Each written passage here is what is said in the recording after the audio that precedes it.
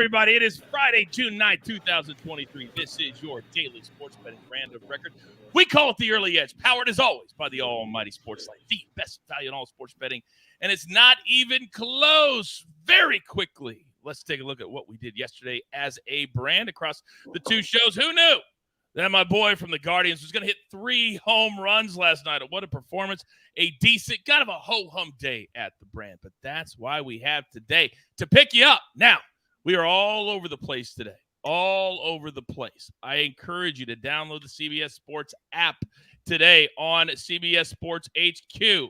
We will have appearances all over the place, starting at 1:15 Eastern time with my man M Squared, then M Squared and the Maestro, then look at all 4 at 8 o'clock, and then buckets, because this weekend is big for Paramount Plus and the Champions League final. As you know, the guru, Martin W. Green, he has already submitted a pick for the Champions League final. But it's Friday. That means one and only thing. Roll it.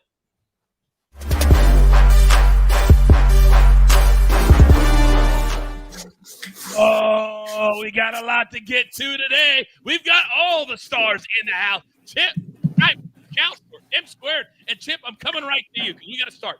Marquee matchups, big boy, tonight.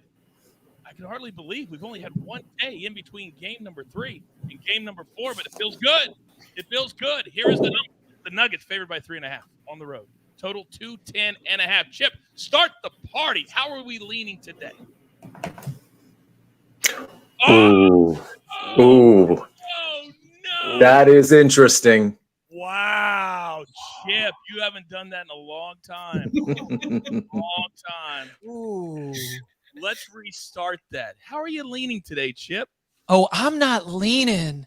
I am power bombing into the Atlantic Ocean with Jimmy Butler and all them points. Give me the 3.5.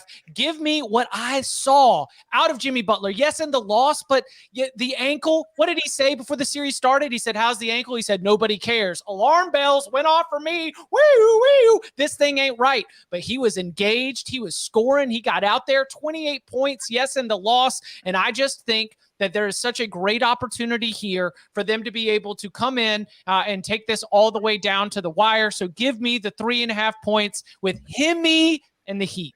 Maybe a little teeter-totter tonight. We go from one extreme to the other. M Squared, talk to me.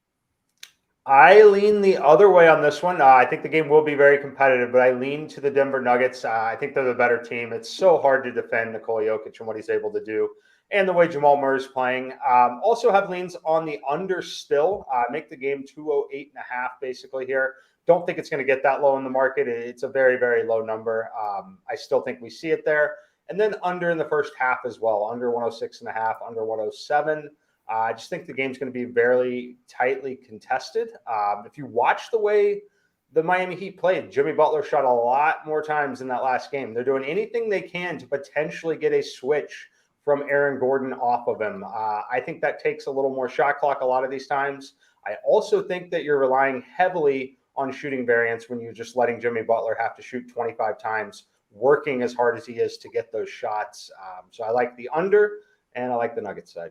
I'm so glad you brought up the first half under, because Danny Brasco the other day, he was on the first half under, and it was easy. It was 101, and I believe the number was 110, so it was 9 points below. So maybe take a look at that, like Mikey said. By the way, in the chat right now in real time, Buckets is there. Any questions on the Champions League or any other soccer questions, please put them in there. He will answer them in real time. Counselor, I'm coming to you. How do you feel about game number 4?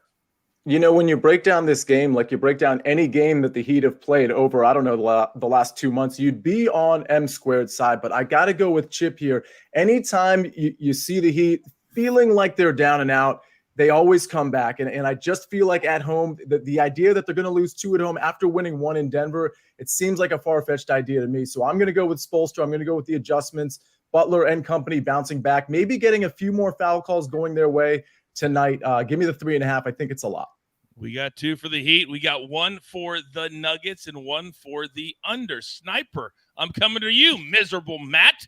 Where are we leaning today, sir? Yeah, a good thing the expert's here. On to the big NBA expert. We're going to have a tie. I'm going to go with the Nuggets, and I'm going to try to make you break the tie, Coach. How's that sound? Wow. Here's what I'm going to do. Here's what I'm going to do. I'm going to play the Nuggets on the money line because at 3.5, it's a lot different than 2.5. But I agree with you two, and I think the Nuggets win, but I don't like the 3.5. And I'll be honest, I don't even know what the money line is. I'm assuming 140, 150. Can somebody tell me in the next minute or so? Because I didn't even look at that.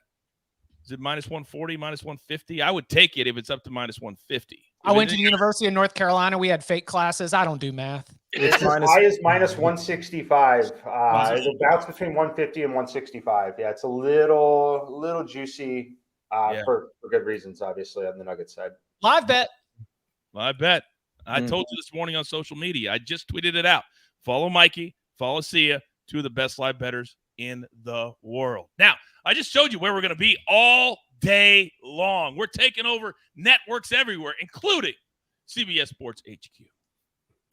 Get breaking news. Big news coming out of the NFL today. Highlights and instant reaction. The largest final round comeback in Ford championship history. We're down to the final four. I just want to take time to analyze greatness. Talk winners and losers with a guy who's already a big winner. CBS Sports HQ. It's all sports all day long.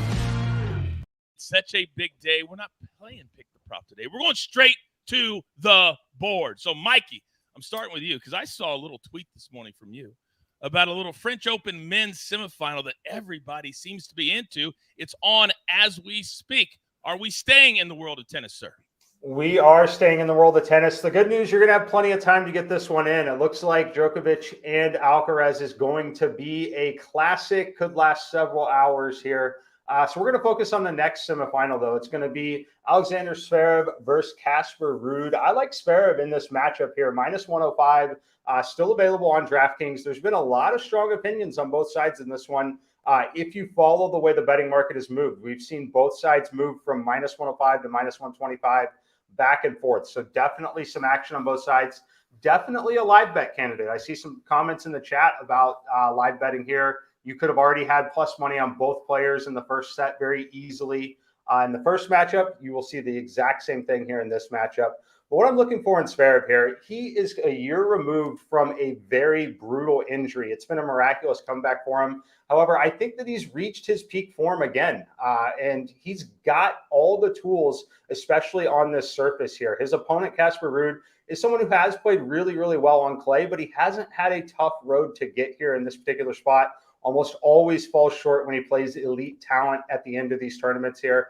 Zverev is someone who's got a massive first serve that's going to help him out a ton here. He's also long, big 6'6" frame. You don't necessarily think of him being such a big guy until you see him out there in some of these matchups like this. The height on the slower surface like this is going to be able to put a ton of pressure on Casper Ruud here. I think Zverev is back. I think that he's being priced inappropriately because of returning from that injury. But everything I've seen in this tournament here suggests that he is back. He is fine. In normal situations, pre-injury, he would have been minus 165 in this particular matchup. I make the number minus 125 here. Again, follow it, potentially live bet it if you want to. Watch the Alcaraz and Djokovic matchup right now, which is on right now. You can get a very good feel for how lines move based on certain points. Going to be great opportunities here, but I'm going to start this match on Zverev. Wait. Are you asking people to do their own homework, Mikey? You're not doing that. You're not doing that. Hashtag educate and entertain. Knowledge is power. Use it potentially for Sunday. That's why you go watch it right now, even if you don't want to live bet.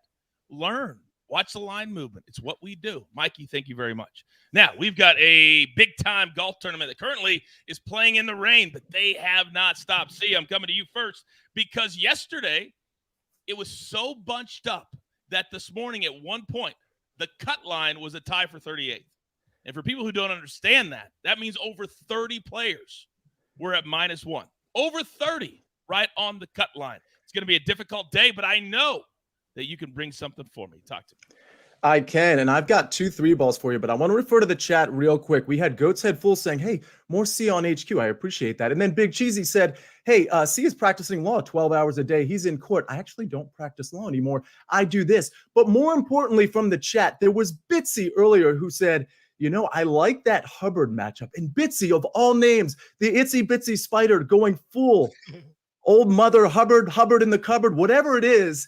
I'm going Mark Hubbard. So I love what Bitsy said there. Give me Mark Hubbard in a 3-ball plus 105 over Grayson Murray and Max McGreevy. This is a classic 3-ball that I absolutely love. It's even better than most because I think both of these guys, normally you get one guy that's competitive like we had with Robbie Shelton yesterday, but here we have Grayson Murray and Max McGreevy, and frankly, I don't think they're going to be competitive with Mark Hubbard. I think Mark Hubbard wins this easily. I don't think this should be plus 105. I think it should be minus 120, minus 125. Really good value here. The next one I'm going to, it's another 3-ball. These are both in the afternoon. Carson Young plus 106, another plus number over MJ Duffy, Derek Lamley. This is a more classic 3-ball matchup that I like to exploit, where one out of the two actually may be competitive. And in this case, it's MJ Duffy, who will be good, particularly on some of these harder courses. His metrics yesterday, or at least parts of this course are hard. His metrics yesterday were pretty good. They were about the same as Carson Young. But if you watch the early wedge, you know I like Carson Young way better than I like a lot of people in this tournament, including MJ Duffy and particularly Derek Lamley. This is a one-on-one fight, Carson Young versus MJ Duffy. I'm going to take Carson Young at the plus price. See, I got to say, I disagree with you on the Mark Hubbard pick. I don't think it should be minus 125 or minus 130. I think it should be minus 160 or minus 180. This is such a mispriced play. Such a mispriced. By the way, Grayson Murray reportedly. Yeah. Come on. I'm just reporting, Chip. Right. I want to hear it. He said in the meeting, in the talent meeting the other day, he was complaining. He said he wanted a new commissioner. Rory McIlroy very simply said, play better. Grayson Murray melted down at the Korn Ferry Tour last weekend. He was at Raleigh Country Club. He had everything ready to go, and he absolutely fell apart. He is fragile. I love jumping on the other side of that. The problem is we're not going to have to worry about Grayson Murray on the PGA Tour for very much longer. He only gets in when everybody else doesn't play. So let's just stop, Grayson. Just stop. Or as Rory says, play better. Play better. But not today. Now, Sniper, I'm coming to you, big boy. I'm coming to you. I need 3 plays, and I wore this hat today just for you. Talk to me. Is it because you know I'm a Cubs fan and the Angel just swept the Cubs? Because that ain't cool. But it's all right. I'm in a bad mood anyway because one of the things I've been doing this year is riding the run line against the A's because they're so bad. And on Tuesday, they came out and they did weird things. Like they tried hard. They scored runs. They scored runs in bunches. And then they went out and they did it again Wednesday. Oh, my gosh. You got to be kidding me. The A's won 2 games in a row. They're not going to make it a third. They're going to Milwaukee right now. The Brewers are 18-13 at home. They just won a series over the Orioles, who are one of the best teams in baseball. The A's are one of the most pathetic teams in baseball, and I'm miserable because I can't believe I missed that game Tuesday. That ain't happening again. We're going Brewers on the run line. If there is a weakness that the Brewers have, a big weakness, it is against left-handed starting pitching. Well, the A's are pitching a righty, so the Brewers should not have much problems there. Adrian Hauser on the mound for the Brewers. He's been great every outing this year except for one, and that one was he had a meltdown against the Blue Jays. The A's ain't the Blue Jays. So the Brewers are going to win this one by multiple runs, probably going to be a big-time blowout. That's why we're going to play the run line. Speaking of the Blue Jays, we're going to go with the Blue Jays on the money line. They're facing the Twins at home. The Blue Jays, for a long time, had the fewest home games in Major League Baseball. They have been really heavy on the road schedule. They're starting to get more home games. They're 18-11 at home. They've won 9 of 11 overall. They just beat the Astros in a series. The Twins, meanwhile, come in having lost 5 straight. The line isn't that juicy because Sonny Gray is on the hill for the Twins. He's been one of the better pitchers in Major League Baseball, so I would avoid something like the first 5. However, the Twins have lost 5 of Sonny Gray's last 6 starts, so by no means is he untouchable. That's why we like the Jays on the money line. And for that Angels hat, Coach, we're going to go with Shohei Ohtani over 7.5 strikeouts tonight. It was a long time ago, early in the season, back in April, when we had the exact same bet, Ohtani in Seattle over 7.5 strikeouts, and he got there with 8. We're going to bet that happens again. The Mariners have the 3rd highest strikeout rate in Major League Baseball. Ohtani has a 1.64 career ERA against the Mariners, 56 strikeouts and 44 innings against them. He's going to get 8, 9, maybe even 10 strikeouts tonight. Well, I got to tell you, I talked to a lot of Angels employees the other day, and they're resigned to the fact that he's going to be in a Dodger uniform next year. Wow. Yeah, probably. That's what they believe. He likes living in L.A. He does not like playing for the Angels. Now, I promised you guys on the early wedge I would give out a couple of golf picks or maybe even one. I like Matthew Fitzpatrick today, and I like Corey Connors. My book has Fitzpatrick against Rory and Corey Connors against Tommy Fleetwood. The rough is ridiculous. If you can't drive it in the fairway at this course, you cannot score. Those two guys are great strikers of the ball, Fitzpatrick and Connors. I like them. Whoever that your book has against them, play them. All right, we've arrived. And on Fridays, this spot is reserved for the only one, Chip Patterson. The floor is yours, Chip.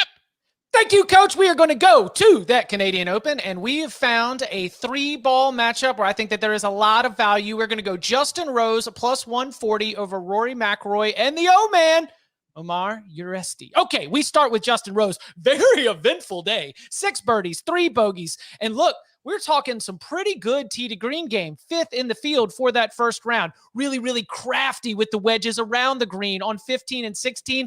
But I guess kind of average. I kind of left some meat out there on the bone in terms of the putter. But I've learned from Sia, I have learned from Rick Gehman, I've learned about sticky stats. And those strokes gained on the green, strokes gained putting, that is something that can go up and down, which brings us to Rory, who gained more than 3 strokes with the putter in the first round. He lost strokes tee to green. He lost strokes on approach. He almost saved himself to be able to get that 1 under 71. And so I've given you the head. Now let's talk about the heart. Are you really going to put your money behind Rory with everything else that's going on around here? Give me Justin Rose with the plus value here in this round 2 3-ball. I got it at Caesars, and I will say that, as you go to your own books, I started from a pro Justin Rose position. That was really what I started with. Rory was on my potentially fade list just because of the insane putting numbers. And so when I found that was what linked up. Coach just mentioned another play against Rory. I would support that as well. So I'm going Rosie plus money over Rory and the O-Man. I'm sure you saw this, Chip, yesterday that Rory and Justin had an agreement. They would not talk at all until noon so they could focus on playing golf. True story. 12:48 is the time that they're scheduled to go off. So be sure to go ahead and get that in. There you go. Thank you very much. All right, grab your paper, grab your pencil. Here is the recap, courtesy of the snake on the 1s and the 2s. M squared got a couple of hours, but I encourage you to put it in right now. You never know when a tennis match is going to end. Alexander Zverev, minus 105. Then, Counselor, he's got 2 3-balls. Carson Young plus 106 over MJ Duffy and Derek Lamley. Then Mark Hubbard, love Hubbard today over Grayson Murray and Max McGreevy. Then Chip, another 3-ball. Justin Rose over Rory McIlroy and Omar Uresti. The only reason Omar Uresti is in this bet is because Webb Simpson had to withdraw. Uresti is like 58 years old. Matt Snyder, Brewers minus 1.5. Blue Jays money line. Showtime over 7.5 Ks minus 140. And then I told you we had a play on the Man City Inter Milan Champions League final. Man City on the goal line minus 1.5 plus 120. I think that's what they call it. You're just laying the 1.5. Let's call it that. All right. It's a busy weekend. Do not forget, AB has all of his college baseball picks available. There are 4 games today. The first one, Duke and Virginia, start at noon Eastern time. For the next 4 days, come right here. We've got all your college baseball for you. In the meantime, pay it forward. There's only one thing left to do, and I believe you all know what that is. You've got your marching orders. Let's take all of these tickets straight to the pay window. My entire crew, Lobo, Chip, Counselor, M Squared, Sniper, Buckets in the chat, and again, all my crew all over CBS Sports HQ tonight. We grind for you, so we can win with you. It's what we're all about. At the early edge. Good luck.